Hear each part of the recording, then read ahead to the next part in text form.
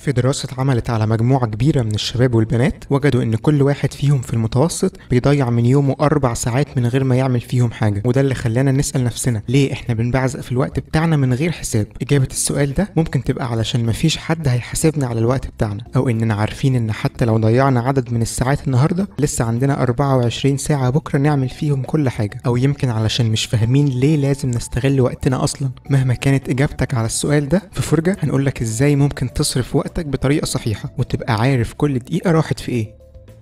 خلونا الأول نرسخ شوية مبادئ مهمة وضرورية عن الوقت ده عامل بالظبط زي مصروفك أو مرتبك. الفرق الوحيد هو إنك ما ينفعش تحوش منه حاجة، ولا ينفع تستلف شوية من واحد صاحبك، ومفيش طريقة ممكنة تكسب بيها وقت بعد ما تكون خلصته. هما 24 ساعة بس، ال 24 ساعة اللي في ناس في سنك ويمكن أصغر منك بيستغلوا كل دقيقة فيهم. فلو فاكر إن الوقت ببلاش فعلا تبقى غلطان، لأن كل وقت بتضيعه في حد تاني بيستغله وبيحجز مكان في الشغلانة أو الوظيفة اللي نفسك فيها في المستقبل.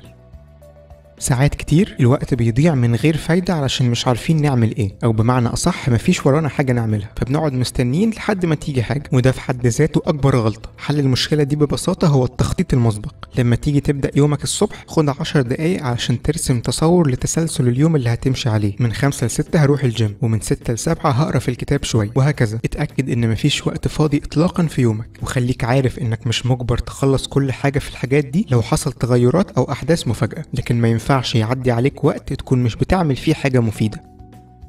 من الأسئلة اللي جات لنا أكتر من مرة عن موضوع تنظيم الوقت، هل لو عملت أكتر من حاجة مع بعض ده هيخليني أوفر وقت فعلا؟ في أكتر من دراسة اتعملت في الموضوع ده وتوصلوا لإجابة سهلة وبسيطة على السؤال. أنت بالفعل هتوفر وقت لو عملت أكتر من حاجة في نفس الوقت، بشرط إن ولا حاجة فيهم تكون محتاجة لمجهود ذهني. يعني ممكن تاكل وتسمع مزيكا وتتصفح الإنترنت في نفس الوقت من غير أي مشكلة، لكن لو هتذاكر أو هتقرأ أو هتعمل أي حاجة هتستخدم فيها عقلك، فأسرع طريقة لإنجاز العمل ده بتكون إنك تعمله لوحده وبتركيز شديد، ونضمن لك انك هتخلصه في اقل من نص الوقت اللي كنت هتحتاجه علشان تنجز حاجتين مع بعض من نفس النوع.